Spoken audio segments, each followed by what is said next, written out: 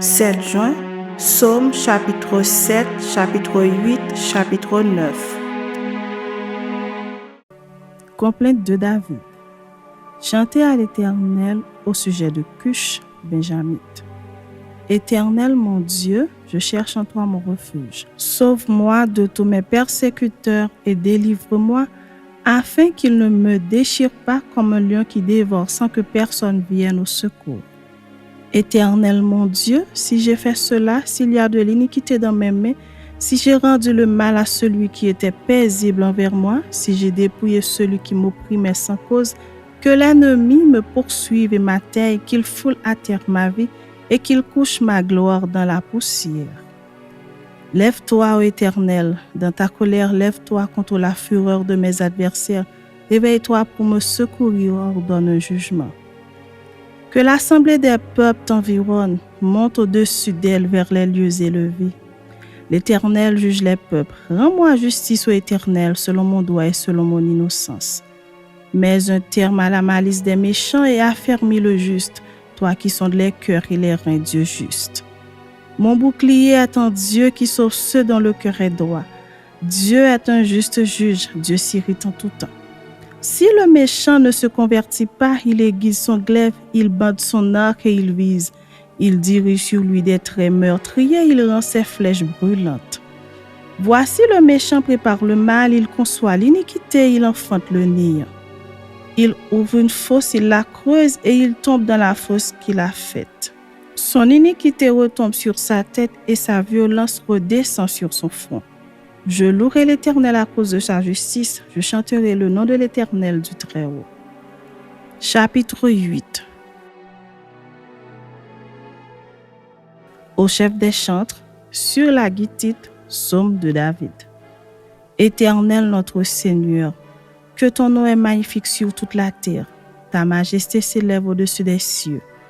Par la bouche des enfants et de ceux qui sont à la mamelle, tu as fondé ta gloire pour confondre des adversaires, pour imposer silence à l'ennemi et aux vindicatifs. Quand je contemple les cieux, ouvrage de tes mains, la lune et les étoiles que tu as créées. Qu'est-ce que l'homme pour que tu te souviennes de lui? Et le Fils de l'homme pour que tu prennes garde à lui? Tu l'as fait de peu inférieur à Dieu et tu l'as couronné de gloire et de magnificence. Tu lui as donné la domination sur les œuvres de tes mains, tu as tout mis sous ses pieds, les brebis comme les bœufs et les animaux des champs, les oiseaux du ciel et les poissons de la mer, tout ce qui parcourt les sentiers des mers. Éternel notre Seigneur, que ton nom est magnifique sur toute la terre. Chapitre 9. Au chef des chantres, psaume de David. Je louerai l'Éternel de tout mon cœur, je raconterai toutes tes merveilles. Je ferai de toi le sujet de ma joie et de mon allégresse, je chanterai ton nom, Dieu très haut. Mes ennemis reculent et ils chancellent, ils périssent devant ta face. Car tu soutiens mon droit et ma cause, tu sièges sur ton trône en juste juge. Tu châties les nations, tu détruis le méchant, tu effaces leur nom pour toujours et à perpétuité. Plus d'ennemis, des ruines éternelles, des villes que tu as renversées, leur souvenir est anéanti. L'Éternel règne à jamais, il a dressé son trône pour le jugement. Il juge le monde avec justice, il juge les peuples avec droiture.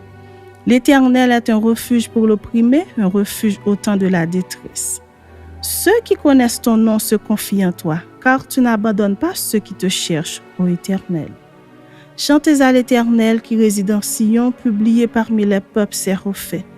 Car il venge le sang et se souvient des malheureux, il n'oublie pas leurs cris.